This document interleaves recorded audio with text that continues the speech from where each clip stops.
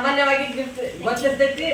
ಜೀವಕ್ರಿಯೆಗಳು ನಾವು ಯಾವ ಮಲಗಿದ್ದಾಗ ಆಟ ಆಡುವಾಗ ಯಾವ ನಿರಂತರವಾಗಿ ಕೆಲಸ ಮಾಡ್ತಾವ ನಮ್ಮ ಜೀವನದಲ್ಲಿ ಅವು ಜೀವಕ್ರಿಯೆಗಳು ಅಂತ.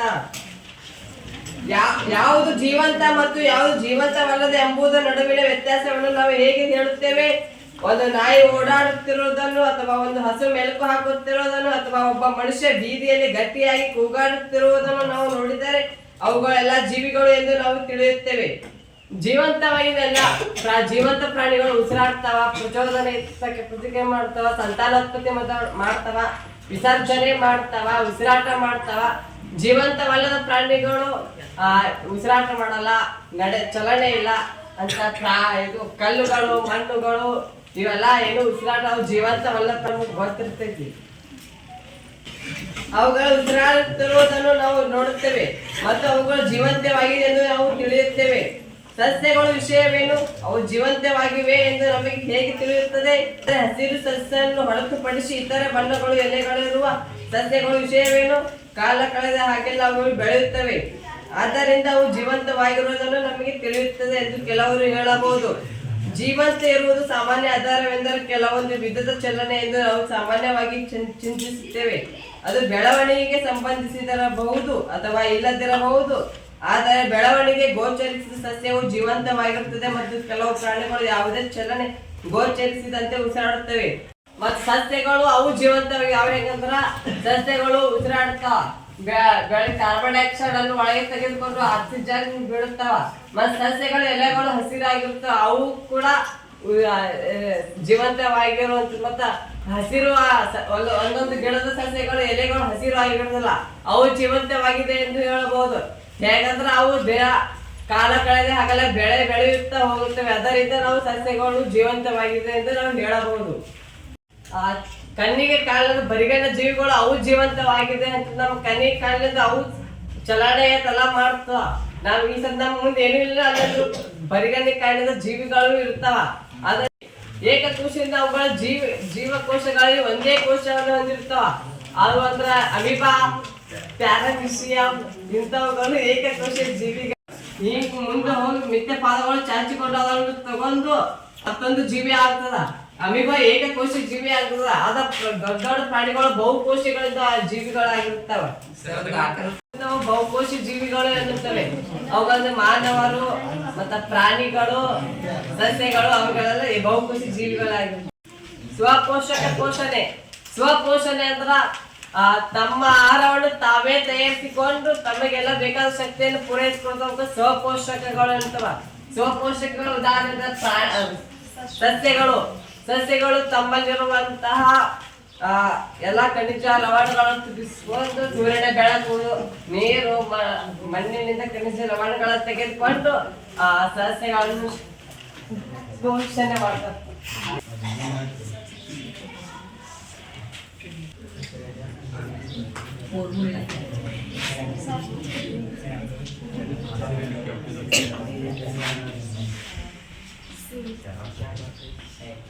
ಸಸ್ಯಗಳು ಸೂರ್ಯನಿಂದ ಬೆಳಕನ್ನು ಎಲೆಯಲ್ಲಿ ತಗೊಂಡು ಮತ್ತೆ ಖನಿಜ ನೀರುಗಳನ್ನು ಬೇರುಗಳನ್ನು ಹೀರಿಕೊಂಡು ಸಸ್ಯಗಳಲ್ಲಿ ದ್ಯುತಿ ಸಂಶ್ಲೇಷಣ ಕ್ರಿಯೆಯನ್ನು ನಡೆದು ಆಹಾರವನ್ನು ತಯಾರಿಸುತ್ತವ.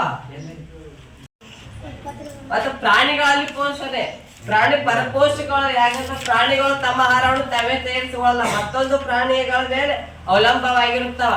ಪ್ರಾಣಿಗಳು ಮತ್ ನಾವು ಮತ್ತೊಂದು ಪ್ರಾಣಿಗಳನ್ನು ಕೊಯ್ದು ಮಾಂಸವನ್ನು ತಿನ್ನುತ್ತೇವೆ. ಮತ್ತ ಆಹಾರ ಅಡುಗೆಗಾಗಿ ಮೆಂತ್ಯ ಪಲ್ಯ ಇವು ಪ್ರಾಣಿ ಪರಪೋಷಕಗಳಾಗಿರ್ತಾವ. ಪರಾವಲಂಬಿ ನಾವು ಪ್ರಾಣಿಗಳು ಮತ್ತೊಂದು ಮೇಲೆ ಅವಲಂಬನೆ ಮಾಡ್ತೀವಿ, ಅದು ಪರಾವಲಂಬಿ ಪ್ರಾಣಿಗಳು. ಮನುಷ್ಯ ಹಣ್ಣುಗಳು, ಹಣ್ಣು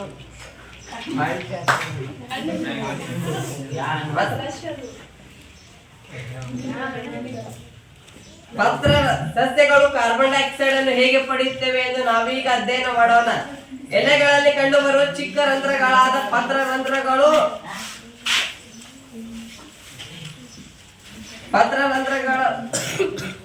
ಬಗ್ಗೆ 9ನೇ ತರಗತಿಯಲ್ಲಿ ನಾವು ಚರ್ಚಿಸಿದ್ದೇವೆ. ದ್ಯುತಿ ಸಂಶ್ಲೇಷಣ ಉದ್ದೇಶಕ್ಕಾಗಿ ಎಲೆಗಳು ಅನಿಲಗಳ ವಿನಿಮಯ ಅಧಿಕ ಪ್ರಮಾಣದಲ್ಲಿ ಈ ರಂಧ್ರಗಳ ಮೂಲಕ ಆಗುತ್ತದೆ. ಆದರೆ ಇಲ್ಲಿ ಗಮನಿಸಬೇಕಾದ ಮುಖ್ಯ ಅಂಶವೆಂದರೆ ಅನಿಲಗಳು ವಿನಿಮಯ ಕಾಂಡಗಳು, ಬೇರುಗಳು ಮತ್ತು ಎಲೆಗಳ ಮೇಲ್ಮೈಯಲ್ಲಿ ಜರುಗುತ್ತವೆ. ಈ ಪತ್ರರಂಧ್ರಗಳ ಮೂಲಕ ಅಧಿಕ ಪ್ರಮಾಣದ ನೀರು ಕೂಡ ನಷ್ಟವಾಗಿರುವುದರಿಂದ ದ್ಯುತಿ ಸಂಶ್ಲೇಷಣ ಕಾರ್ಬನ್ ಡೈಆಕ್ಸೈಡ್ ಅಗತ್ಯವಿಲ್ಲದಾಗ ಸಸ್ಯವು ಈ ರಂಧ್ರಗಳ ಮೂಲಕ ಮುಚ್ಚುತ್ತವೆ. ಪತ್ರರಂಧ್ರಗಳು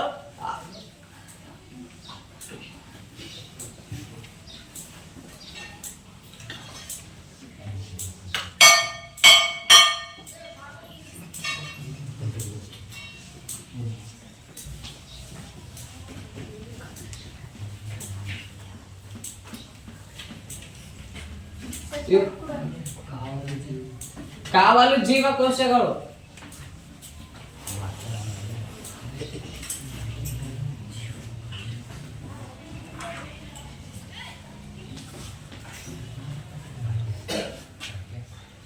ಇದು ಮುಚ್ಚಿದ ಪತ್ರರಂಧ್ರ.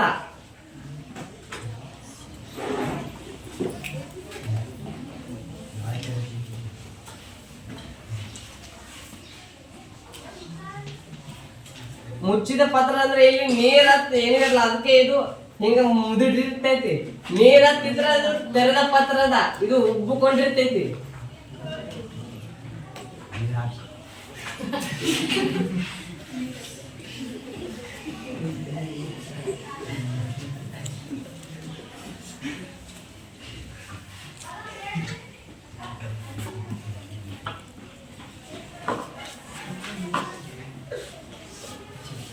ಇಲ್ಲಿ ನೀರ್ ಇರ್ತೈತಿ, ಅದಕ್ಕೆ ಅದ್ರ ತಲೆಗೆ ಇಲ್ಲಿ ಕಾರ್ಬನ್ ಡೈಆಕ್ಸೈಡ್ ನೀರ್ ಅಂತ ಹಿಡ್ಕೊಂಡು ಗಾಳಿ ನೀರ್ ಇರೋದು, ಅದಕ್ಕೆ ಇಲ್ಲಿ ತುಂಬಿರ್ತೈತಿ. ಇಲ್ಲಿ ಏನೂ ಇರಲ್ಲ. ರಾತ್ರಿ ಸಮಯದಲ್ಲಿ ಇದು ಮುಚ್ಚಿಕೊಂಡು ಮುದುಡಾಗಿ ಇದಿರ್ತೈತಿ.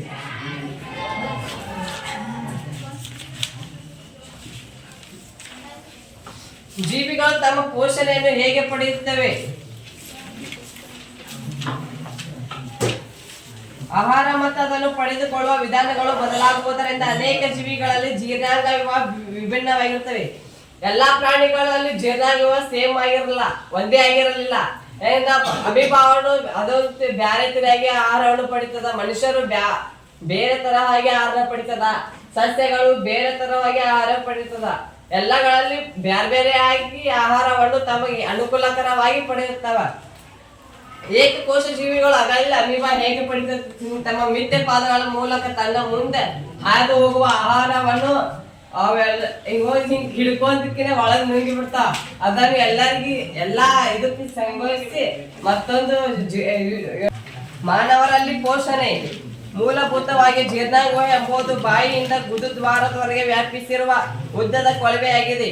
ಈ ಕೊಳವೆಯ ವಿಭಿನ್ನ ಭಾಗಗಳು ಹೊಂದಿರಬಹುದಾದ ಚಿತ್ರ 5.6ರಲ್ಲಿ ನಾವು ನೋಡಬಹುದು. ಈ ಕೊಳವೆಯ ವಿಭಿನ್ನ ಭಾಗಗಳನ್ನು ಹೊಂದಿರಬಹುದಾದ ಬಹಳ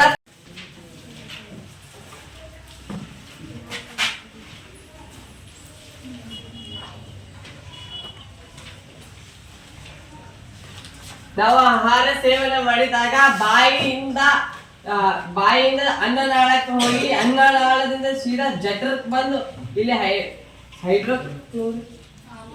ಹೈಡ್ರೋಕ್ಲೋರಿಕ್ ಆಮ್ಲದಲ್ಲಿ ಇದು ಆಗಿ ನಮಗೆ ಬೇಕಾದ ಆಹಾರವನ್ನು ಮುಂದೆ ಎಲ್ಲಾ ಭಾಗಗಳಲ್ಲಿ ಸಾಗಿಸಿ ಬೇಡದನ್ನು